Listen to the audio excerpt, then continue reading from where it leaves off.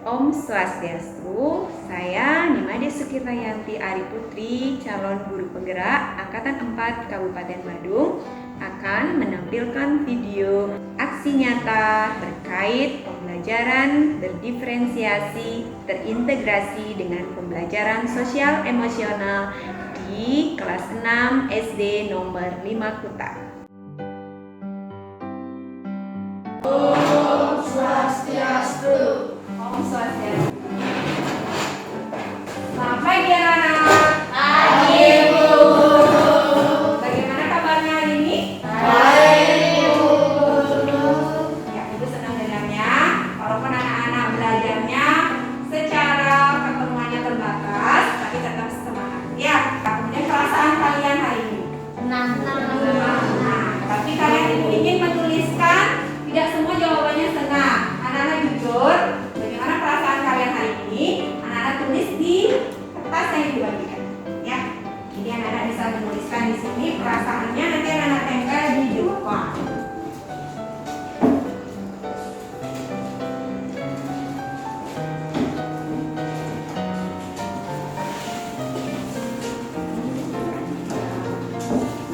Silakan anak-anak tulis perasaan kalian yang jujur.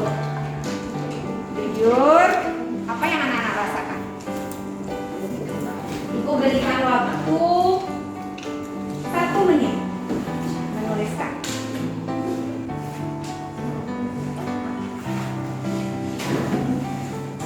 Nanti silakan, kemudian Randi dan Adik.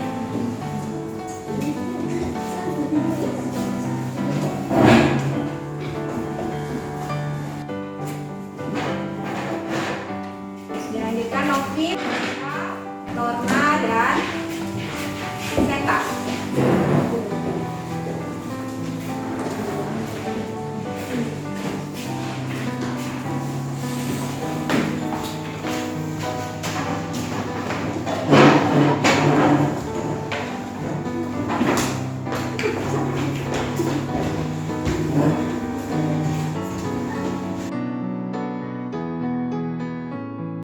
Silakan Adik pimpin temannya berdoa. Kita melakukan kegiatan pagi hari ini adalah kita berdoa dengan kepercayaan masing-masing. Berdoa mulai. Berdoa selesai.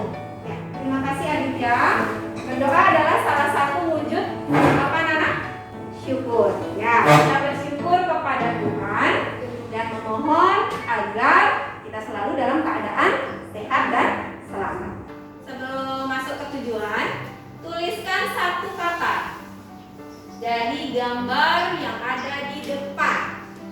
Anak-anak bisa menggunakan kembali. Nah, nanti baru dibagikan kata itu, kalian bisa menuliskan kembali di sini satu kata tentang gambar di papan wilayah ya. Apa yang anak-anak amati dari gambar di sini?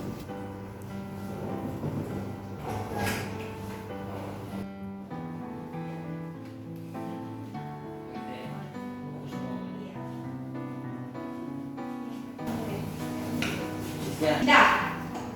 Kadit? Langit. Randi? Bintang. Bintang.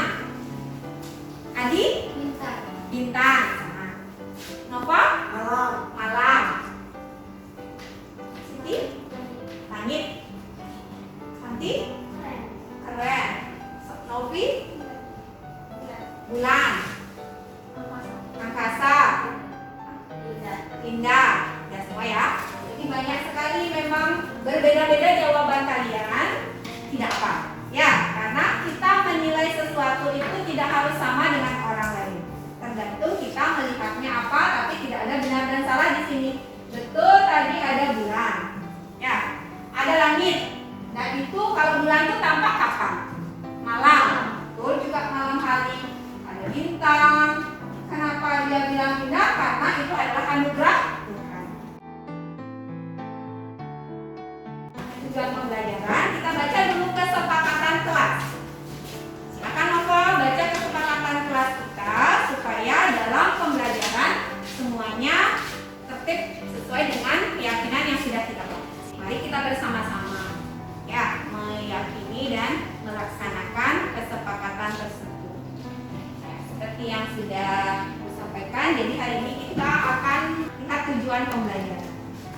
tugasnya seperti yang bisa anak-anak baca.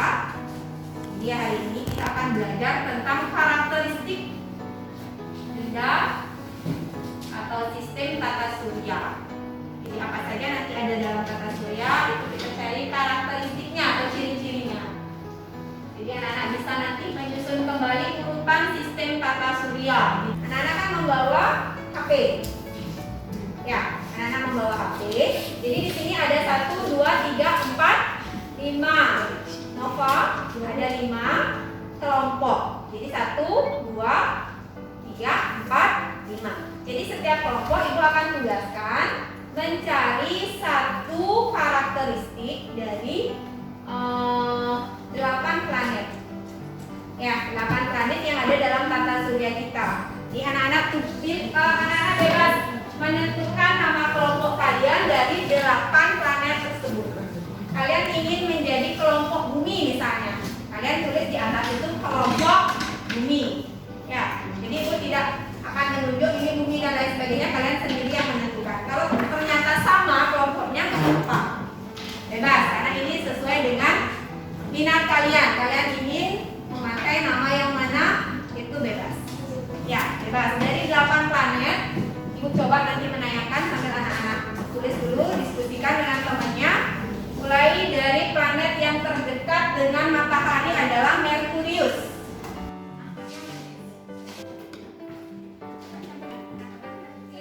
Dari hasil kerja kelompok kalian, nanti dapat anak-anak tentukan sesuai minat kalian. Kalian ingin menyetornya dalam bentuk peta konsep atau dalam bentuk laporan, ibu bebaskan anak-anak mengumpulkan tugasnya itu sesuai gaya belajar kalian. Ya, kalau gaya belajar kalian ingin berupa peta konsep, jadi anak-anak semenarik mungkin menggambar desain sesuai dengan yang anak-anak kuasai, itu ibu bebaskan. Nanti ibu tidak akan menyamaratakan anak-anak harus sesuai dengan yang dibagikan sekarang. Ini hanya latihan. Nanti anak-anak setelah pulang sekolah kalian lanjutkan diskusinya dengan teman. Itu nanti pilih penyampaiannya atau produknya itu dalam bentuk apa, itu kalian tentukan sesuai dengan minat kalian. Ya, ya silakan. Boleh. Kalau ingin menayangkan atau menjelaskan dalam bentuk PowerPoint, silakan. Ya, untuk kembali kepada kesadaran penuh atau meaningfulness, kita akan lakukan teknik stop. Jadi anak-anak berhenti dari semua kegiatan dan aktivitas, di mana ini kuncinya adalah mengatur nafas. Ya, jadi kita mengelola nafas yang sudah Tuhan berikan kepada kita. Yang pertama adalah anak-anak ambil posisi duduk yang nyaman. Anak-anak tangannya taruh di atas paha kalian. Nah, yang kedua, setelah nyaman posisinya, anak-anak pelan-pelan tutup mata, pejamkan mata kalian. Kalian sadari nafas. Tarik nafas dalam hitungan 4 detik. Hembuskan nafas. Tarik nafas. Hembuskan. Tarik nafas. Hembuskan. Setelah anak-anak kembali menyadari nafas kalian sambil bernafas dengan rileks, coba anak-anak amati di sekitar kalian ada berbagai macam warna. Coba anak-anak amati 2 warna yang ada di sekitar kalian. Lihat warna tersebut. Warna yang anak-anak amati itu, anak-anak rasakan warnanya. Jadi amati dengan perasaan yang dalam 2 warna yang ada di sekitar kalian. Sadari alasan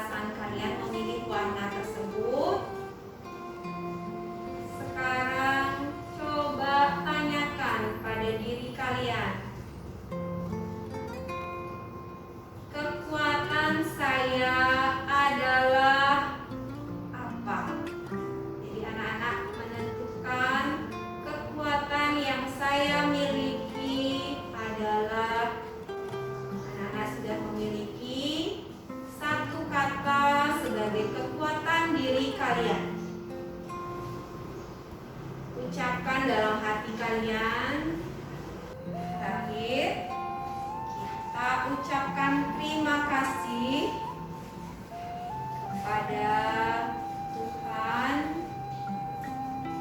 yang sudah memberikan nafas,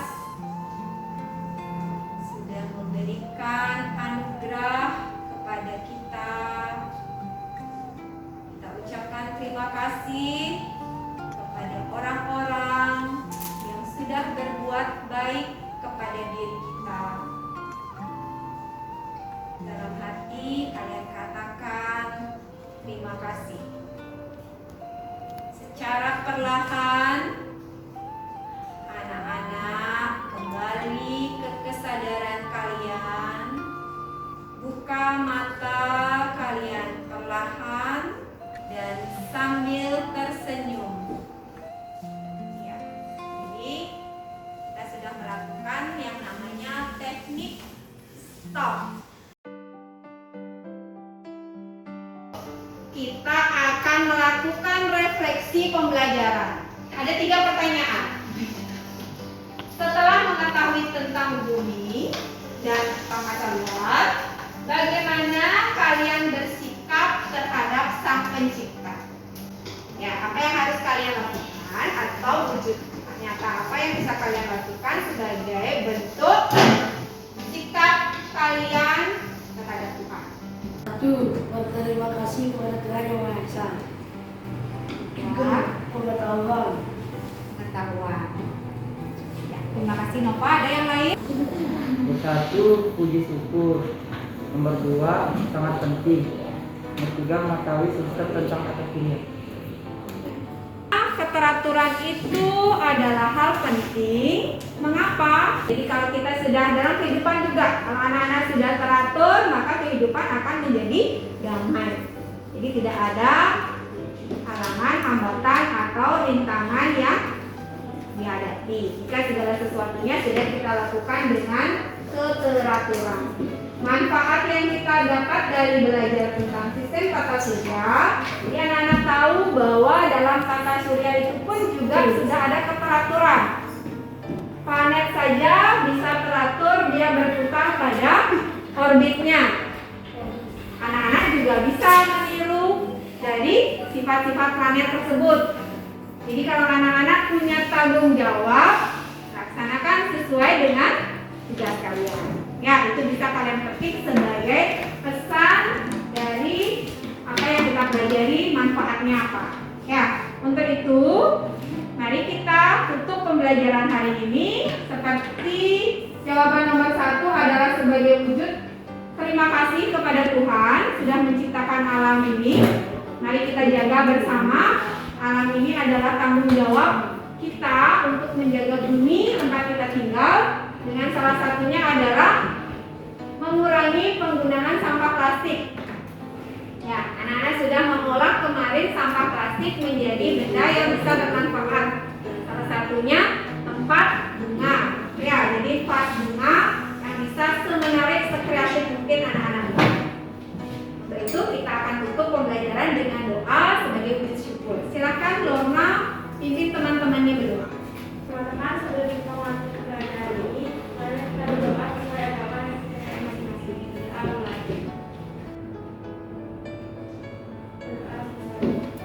Ya, terima kasih. Perasaan kalian hari ini senang atau sedih? Senang. Terima kasih anak-anak hebat.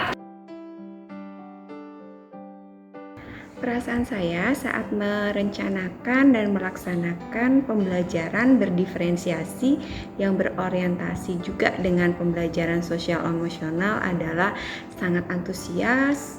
Namun di balik itu saya juga merasa sedikit cemas karena ini merupakan hal baru bagi saya. Jadi dengan bertanya kepada rekan sejawat yang sudah punya pengalaman melakukan pembelajaran berdiferensiasi dan menerapkan pembelajaran sosial emosional ini membuat saya menjadi lebih lega. Kemudian langkah awal yang saya lakukan yaitu mendesain skenario pembelajaran yang berpihak pada murid.